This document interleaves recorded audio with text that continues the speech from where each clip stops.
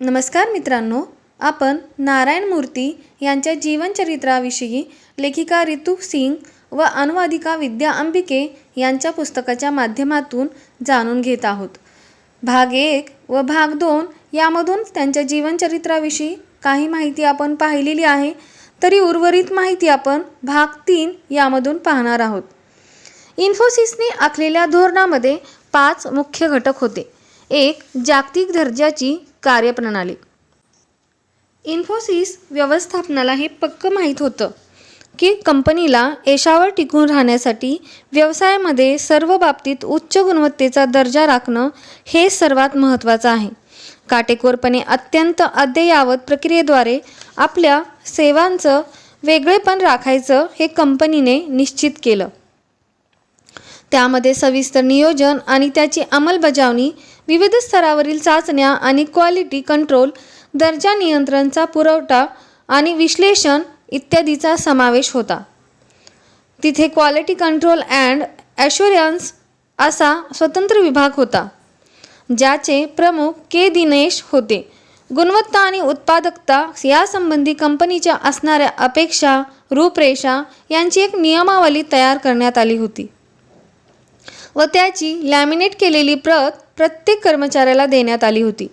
इन्फोसिसने शून्य दोष म्हणजेच झिरो डिफेक्ट या धोरणाचा धडाडीने पाठपुरावा केला आणि 1993 मध्ये ISO 9000 चे प्रमाणपत्र तसेच 1997 मध्ये CMM लेवल 4 प्रमाणपत्र मिळवले.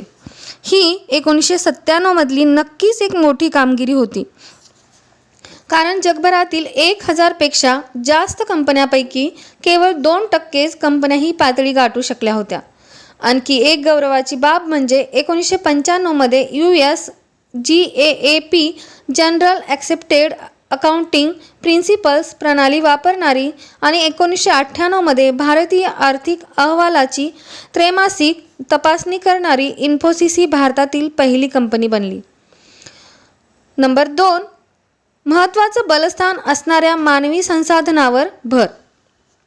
इन्फोसिसच्या व्यवस्थापनाला याची जाणीव होती की जर यशावर टिकून राहायचं असेल तर आवश्यकता आहे ती बुद्धिमान IT प्रोफेशनल्सची नियुक्ती, त्यांचं प्रशिक्षण, त्यांच्याकडून काम करून घेणं आणि त्यांना टिकवणं यावर सातत्याने काम करण्याची. जसं राघवन एकदा म्हणाले होते, आमची संपत्ती रोज संध्याकाळी आमच्या बिल्डिंगमधून बाहेर पडते, त्यांना परत यायला लावणं आमच्यासाठी आवश्यक असतं. इन्फोसिसमधलं कामाच्या ठिकाणाचं वातावरणाचं कर्मचाऱ्यांना आमच्याबरोबर राहण्यासाठी प्रोत्साहन असतं. आमचा मानवी संसाधन विभाग भारतातील विश्लेषणात्मक क्षमता असणाऱ्या आणि शिकण्यासाठी तयार असणाऱ्या लोकांची निवड करतो. इन्फोसिस ही भारतातील पहिली कंपनी आहे जी देशाच्या अग्रगण्य शिक्षण संस्थांमध्ये जाणारी डे 1 कंपनी आहे. डे 1 कंपनी म्हणजे अशी कंपनी जी नियुक्तीच्या काळामध्ये सर्वात आधी पहिल्याच दिवशी जाऊन नियुक्त्या करते, ज्यामुळे इतर कंपन्यांच्या पुढे राहता येते. इन्फोसिसमध्ये कॅम्पससारख्या वातावरण निर्माण केलं जातं, ज्यामुळे नवीन नियुक्ती केलेल्यांना त्या कॉलेजसारख्या वातावरणात अनौपचारिक संस्कृतीत रुळणं सोपं जातं.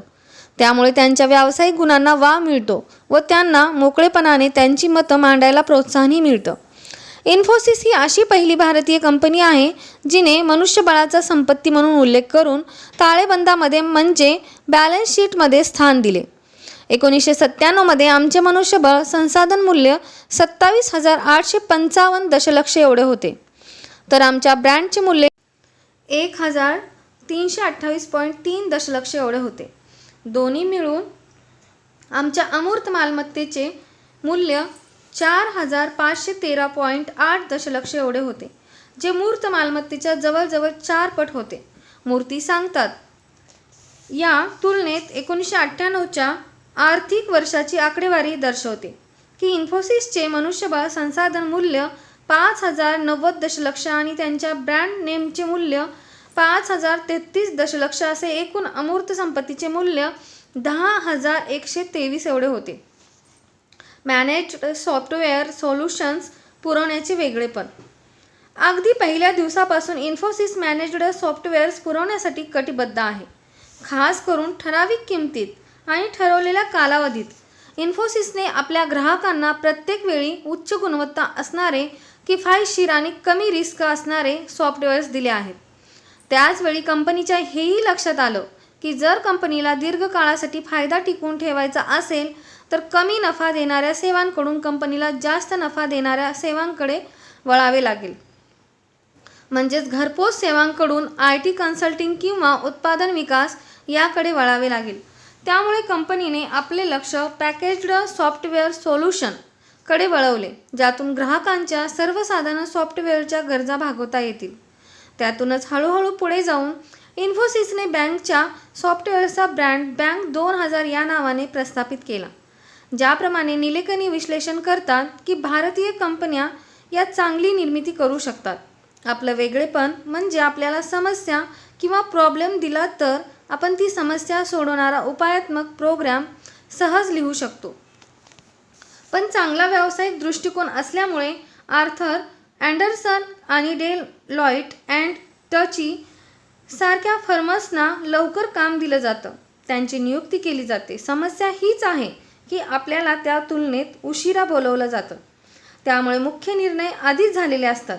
या समस्येवर मात करण्यासाठी इन्फोसिसने उच्च गुणवत्तापूर्ण, किफायतशीर व ग्राहकांच्या अपेक्षेपेक्षाही जास्त काही देणारे सॉफ्टवेअर द्यायला सुरुवात केली.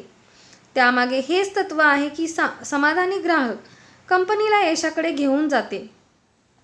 अशा प्रकारे कंपनीने आपला नावलौकिक तयार केला आणि बहुतांश ग्राहकांना परत परत इन्फोसिसकडे येण्यासाठी प्रवृत्त केलं. परदेशातील विकासाचे मॉडेल.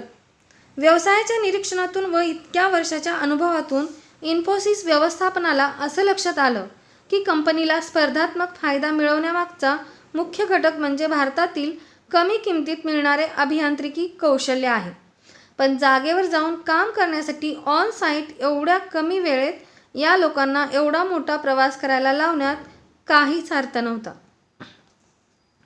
शिवाय यासाठी अतिशय खर्च होणार होता, ज्यामुळे कंपनीच्या खर्चाची बचत होऊ शकणार नव्हती व त्या बचतीचा काही भाग जो आम्ही ग्राहकांना देतो ते देणं शक्य होणार नव्हतं. नेहमीप्रमाणेच यावरही उपाय शोधला गेला. कंपनीने तिच्या मूलभूत संरचनेत म्हणजे इन्फ्रास्ट्रक्चरमध्ये मोठी गुंतवणूक केली, ज्यामुळे एकाच ठिकाणाहून वेगवेगळ्या ठिकाणचे प्रकल्प कार्यान्वित करणं, त्यांचं व्यवस्थापन करणं शक्य झालं. इन्फोसिसला याची जाणीव होती की बाजारपेठेतील सर्व ग्राहकांमध्ये विश्वास निर्माण करणं ही सर्वात महत्त्वाची गोष्ट होती. इन्फोसिसने पहिला ऑन साईट प्रकल्प यशस्वीरित्या पूर्ण करून गुणवत्तापूर्ण आणि समस्यामुक्त काम करणारी कंपनी असा विश्वास ग्राहकांमध्ये निर्माण केला. एकदा ही विश्वासार्हता मिळाल्यानंतर मग ग्राहकांना ऑफशोर परदेशातून चालवले जाणारे च्या संकल्पनेबद्दल काहीच आक्षेप नव्हता. या उलट इन्फोसिसमध्ये CMM च्या लेवलद्वारे निश्चित केलेली सतत दर्जा नियमित करणारी वेगवान कार्यपद्धती होती. या ऑफशोर विकासामुळे इन्फोसिसला अनेक फायदे झाले. त्यामुळे संसाधनाच्या वितरणामध्ये जास्त लवचिकता आली. प्रोग्रॅमिंगच्या कर्मचाऱ्यांना परदेशी पाठवण्यासाठी लागणारे व्हिसा, कागदपत्रांची पूर्तता या सर्वांमधील अनिश्चितता या सगळ्याच गोष्टी कमी झाल्या. कमी किमतीत सेवा मिळाल्यामुळे ग्राहकही खुश होते, तर जास्त नफा मिळाल्यामुळे इन्फोसिसही समाधानी होते. भारत आणि US यांच्यातील वेळेच्या फरकाचेही आभार मानायला हवेत, ज्यामुळे कमीत कमी वेळेत ग्राहकांच्या समस्या सोडवता येतात. संध्याकाळी कळवलेली समस्या सकाळपर्यंत सोडवलेली असते.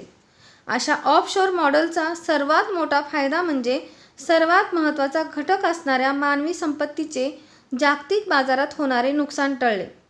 भारतासारख्या देशाला प्रतिभेच्या कुशल मनुष्यबळाच्या ब्रेन ड्रेनचा धोका असतो, कारण परदेशी कंपन्या त्यांच्यासाठी कितीतरी तांत्रिक कर्मचाऱ्यांची भरती आपल्या देशातून करतात. 1998च्या दरम्यान 80% जास्त प्रकल्प हे इन्फोसिस भारतातून यशस्वीरित्या कार्यान्वित करत होतेच, पण त्याचवेळी उच्च पातळीचे समाधानही ग्राहकांना देत होते.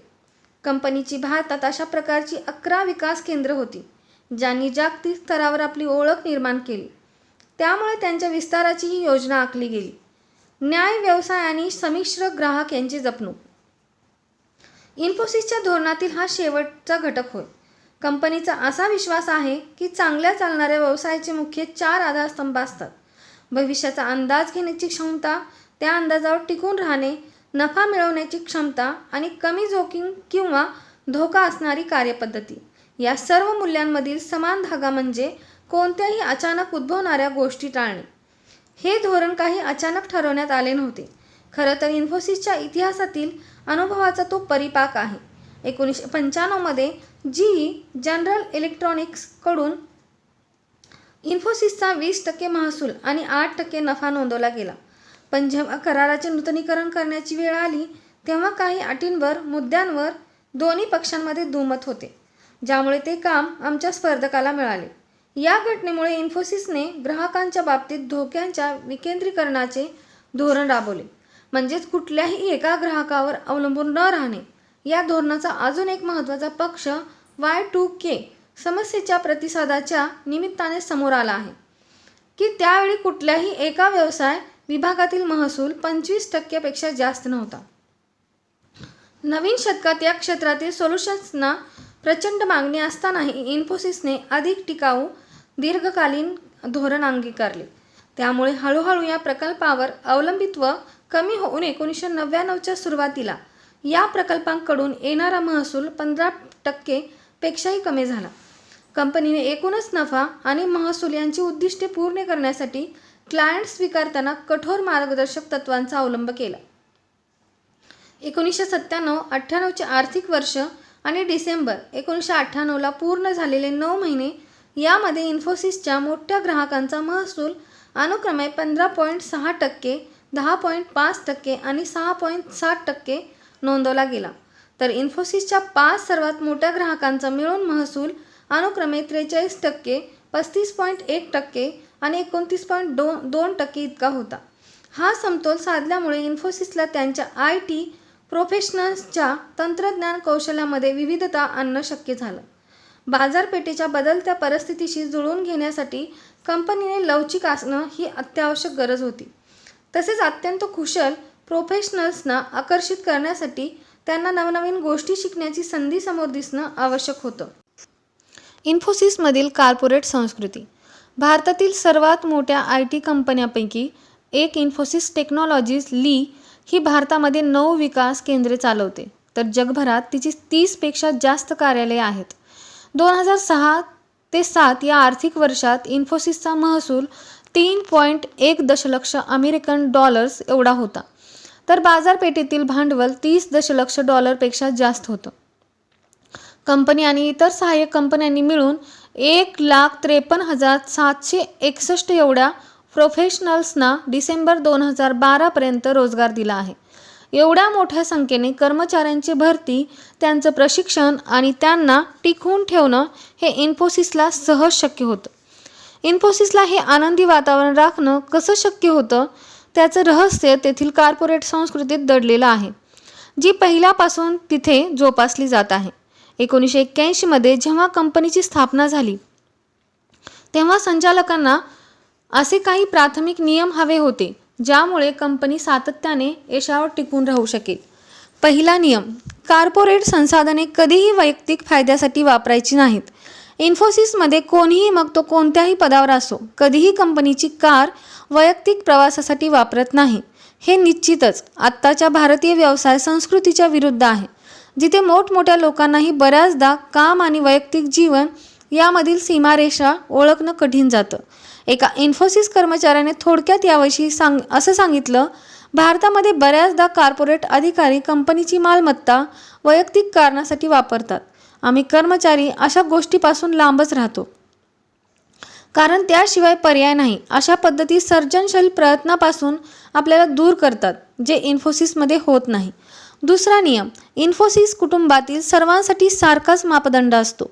सर्व लाभार्थी, मग ते ग्राहक असोत, कर्मचारी असोत, भागधारक असोत, विक्रेते असोत किंवा समाज असो, सर्वांनाच न्यायाने, प्रामाणिकपणे आणि पारदर्शकतेने वागवले जाते.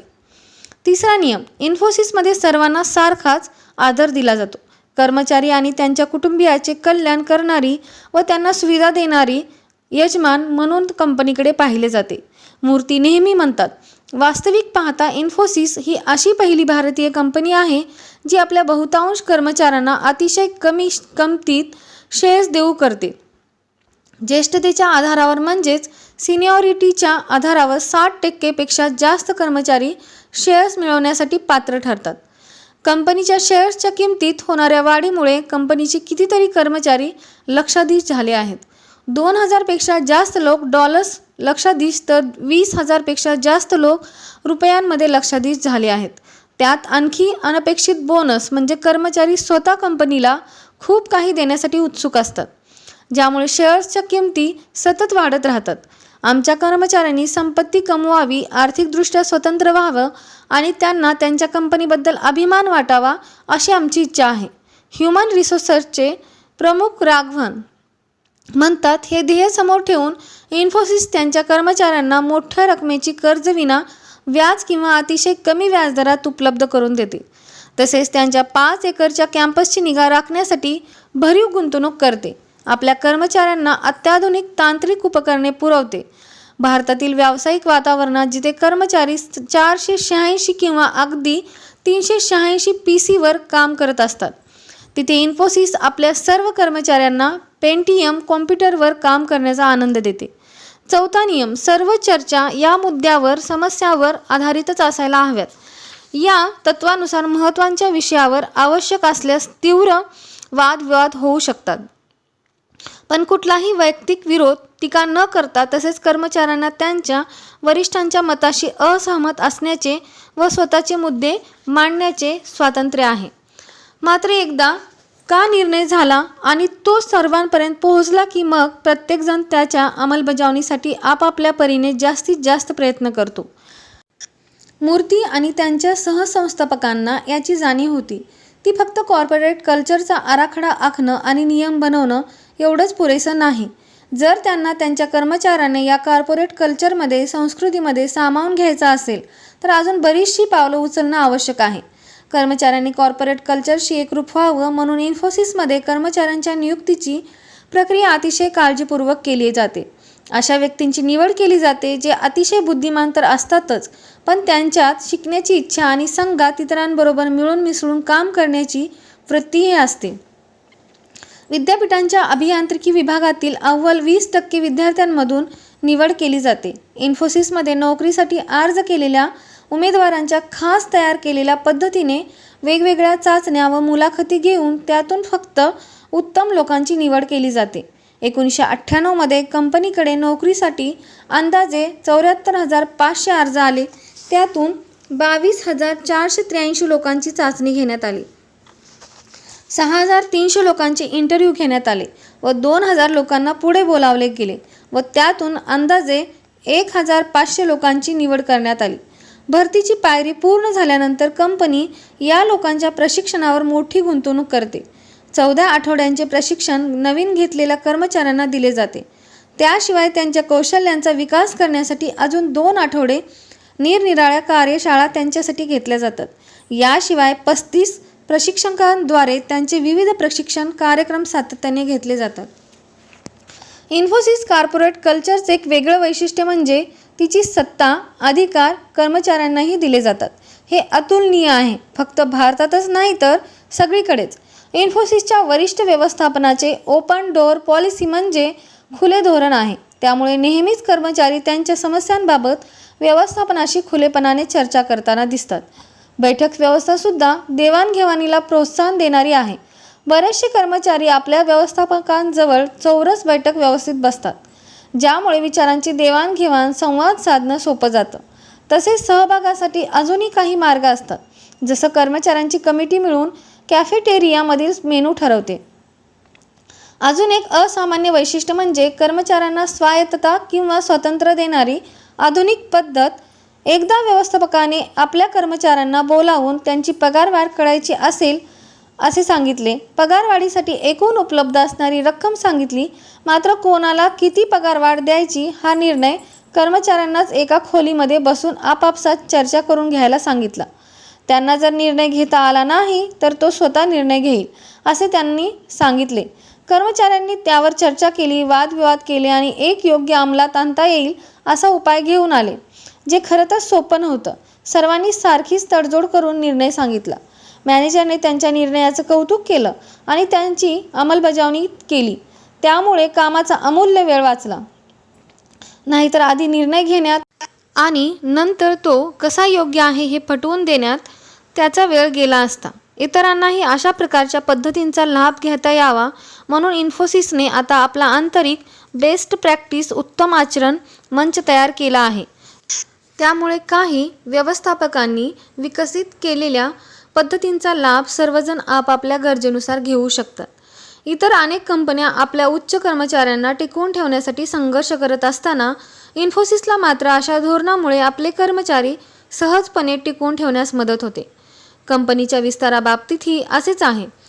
काही वरिष्ठ कर्मचाऱ्यांनी याबद्दल चिंता व्यक्त केली. आजकाल बरेच नवीन लोक थेट वरिष्ठ पदावर येतात आणि लगेच त्यांच्या कामाच्या पद्धतीनुसार बदल घडवू पाहतात.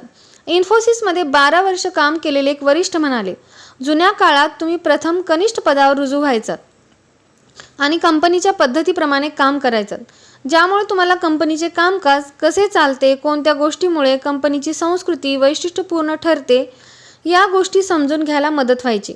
पण आता नवनवीन कर्मचारी थेट वरिष्ठ पदावर येतात आणि आपल्या विभागाला एक स्वतंत्र घटक म्हणून चालवण्याचा प्रयत्न करतात. त्यामुळे आम्ही एक संस्कृती असणाऱ्या कंपनीकडून अनेक वैयक्तिक विभागीय संस्कृती असणाऱ्या कंपनीत बदलत आहोत.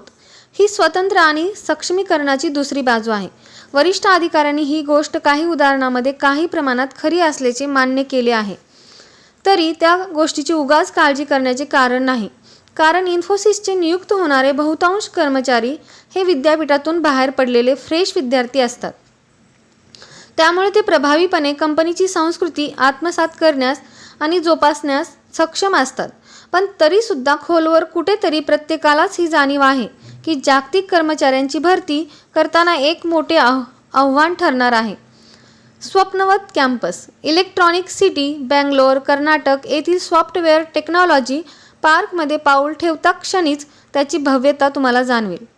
कॅम्पस अतिशय प्रभावी आहे हे वर्णनसुद्धा खरं तर खूपच कमी आहे. ते कसं आहे हे जाणून घ्यायचं असेल तर कॅलिफोर्नियाच्या सॅन डिएगो येथील जिम पिंटोला विचारा.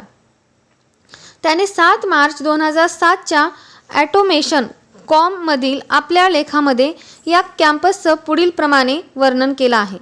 फेब्रुवारी 2007मधील भारतातील बँगलोर भेटीदरम्यान मी, माझा भाऊ आणि भाचा आम्ही तिघांना इन्फोसिसमध्ये आमंत्रित करण्यात आलं होतं. माझा भाऊ आणि भाचा दोघंही तेथील स्थानिक प्रसिद्ध व्यावसायिक आहेत. आम्ही इन्फोसिस कॅम्पसमध्ये गेट नंबर 2ने प्रवेश केला. प्रथम तर तिथे सुरक्षेच्या दृष्टीने तपासणी केली गेली व प्रत्येकाला फोटो ID कार्ड देण्यात आलं, जे इथे प्रत्येक व्हिजिटरला देण्यात येतं. तेथील अनेक सुसज्ज कॉन्फरन्स रूमपैकी एका रूममध्ये आम्ही आमच्या 5 लोकांना भेटलो. टेक्निकल, मार्केटिंग आणि ह्युमन रिसोर्सेस ते लोक अतिशय उत्साही, प्रोत्साहित होते आणि त्यांनी जे सादरीकरण केलं तेही उत्तम होतं. त्यानंतर मुख्य कॉर्पोरेट कार्यालयाच्या इमारतीत आमचं स्वागत करण्यात आलं. ती हीच इमारत आहे जिथे NY टाइम्सचे टॉम फ्राइडमन यांची या कंपनीशी ओळख झाली आणि ते इतके प्रभावित झाले की त्यांना त्यांच्या विक्रमी खपाच्या पुस्तकाची द वर्ल्ड इज फ्लॅटची संकल्पना सुचली. आम्ही सुद्धा 3 भव्य पडद्यांवर अतिशय प्रभावी अशी मल्टीमीडिया प्रेझेंटेशन पाहिली. त्या पडद्याच्या खालीच संपूर्ण कॉम्प्लेक्सचा, ज्या कॉम्प्लेक्समध्ये 15,000 घरांचा समावेश आहे, अशा संपूर्ण कॉम्प्लेक्सचा नकाशा पाहिला. टॉम फ्राइडमन प्रमाणे आम्हीही प्रभावित झालो होतो. कॅम्पसमध्ये फेरफटका मारण्यासाठी आम्ही तिथे असणाऱ्या गोल्फ कार्टसारख्या कारमधून गेलो, कारण चालत जाण्यासाठी ते अंतर खूपच जास्त होतं.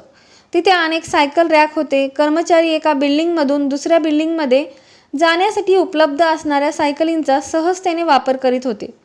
तिथे हिरवळ, लॉन आणि सुंदर लँडस्केपिंगमध्ये जलतरण तलाव आणि टेनिस कोर्ट्स होते. तसेच इंडोर पूल टेबल्स आणि व्यायामांची यंत्रसामग्रीही होती. या व्यतिरिक्त रेस्टॉरंट्स, ATM मशीन्स आणि बँकिंग कार्यालयही होती. हे खरोखर बँगलोरमधल्या इलेक्ट्रॉनिक सिटीचं हृदयच होतं. आमच्या भेटीच्या अखेरीस आम्हाला कंपनीच्या स्टोअरमध्ये नेलं गेलं, जिथे आम्हाला इन्फोसिसचं बोधचिन्ह असणारी कोणतीही वस्तू निवडण्यास सांगितलं गेलं, जी आम्हाला आठवण म्हणून भेट देण्यात आली.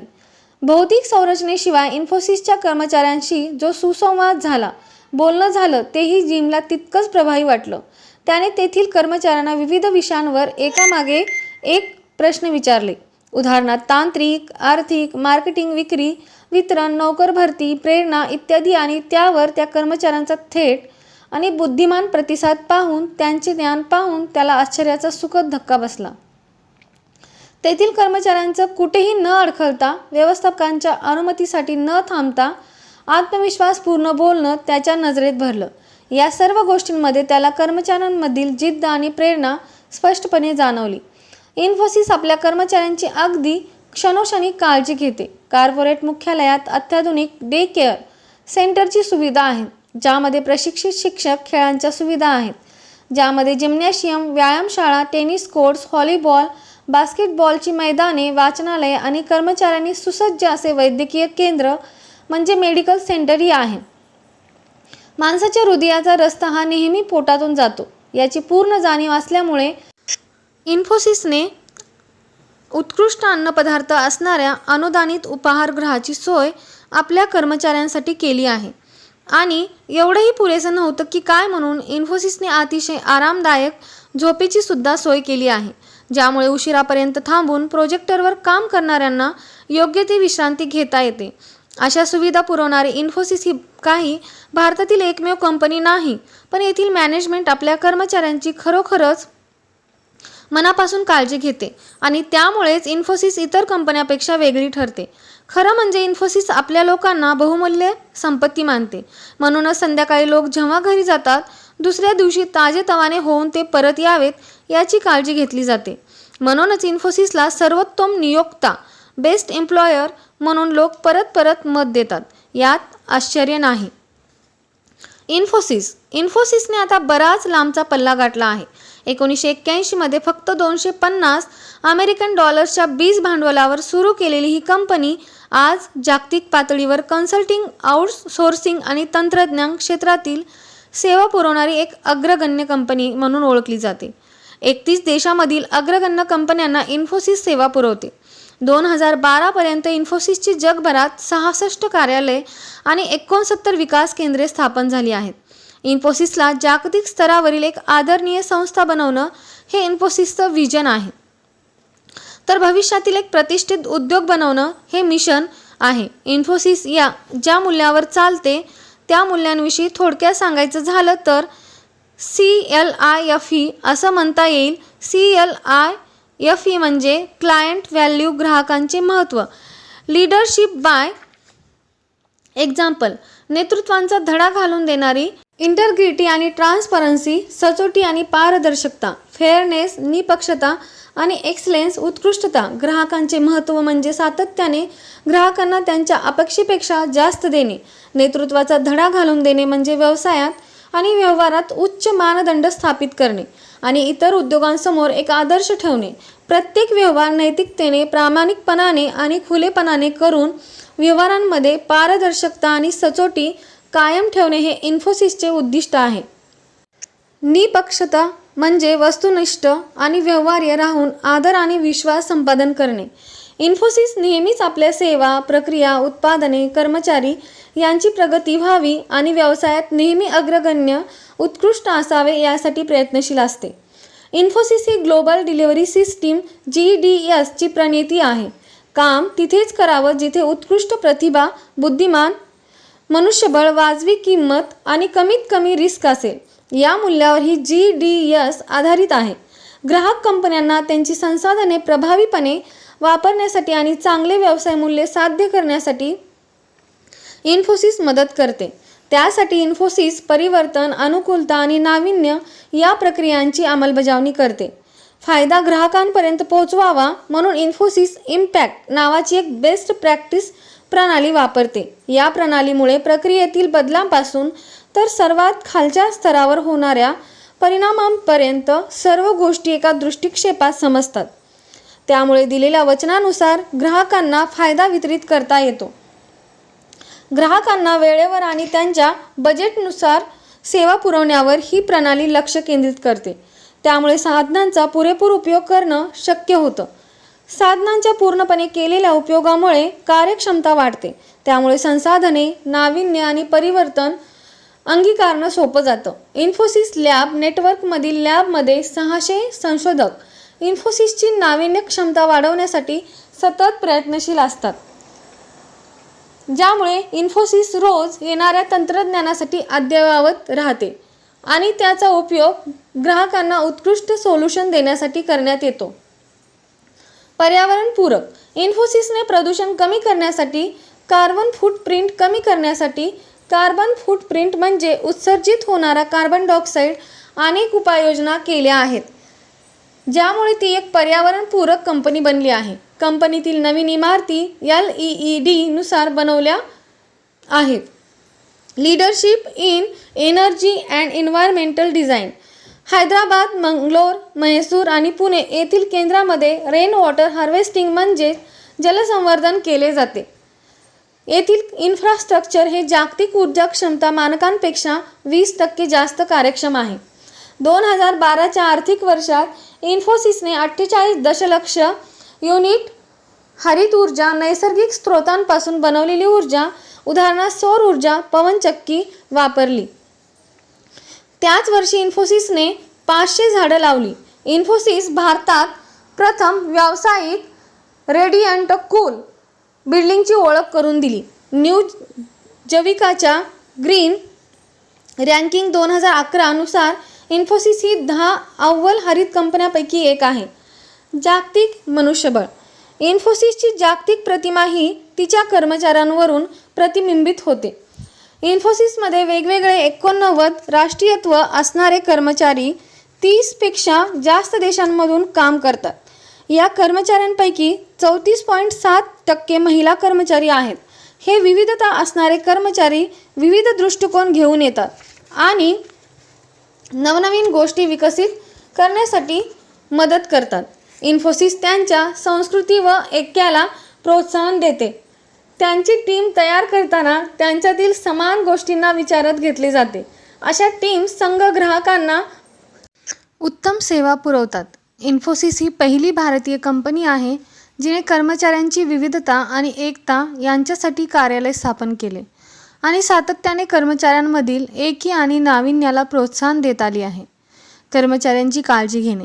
इन्फोसिस त्यांच्या कर्मचाऱ्यांना मूल्य आणि सांस्कृतिक वैशिष्ट्यांबाबत वेगवेगळ्या कार्यक्रमांच्या, मेलर्सच्या, पोस्टर्सच्या आणि इंटरनेटच्या माध्यमातून शिक्षित करते. तसेच वेगवेगळे कार्यक्रम, कार्यशाळा यांच्या माध्यमातून आपल्या कर्मचाऱ्यांना काम आणि आयुष्य यांचे संतुलन साधण्यात मदत करते. 7 कॅम्पसमध्ये पसरलेले स्वयंसेवकांचे जाळे वैयक्तिक समस्यावर, प्रश्नावर सहकारी कर्मचाऱ्यांना समुपदेशन करतात.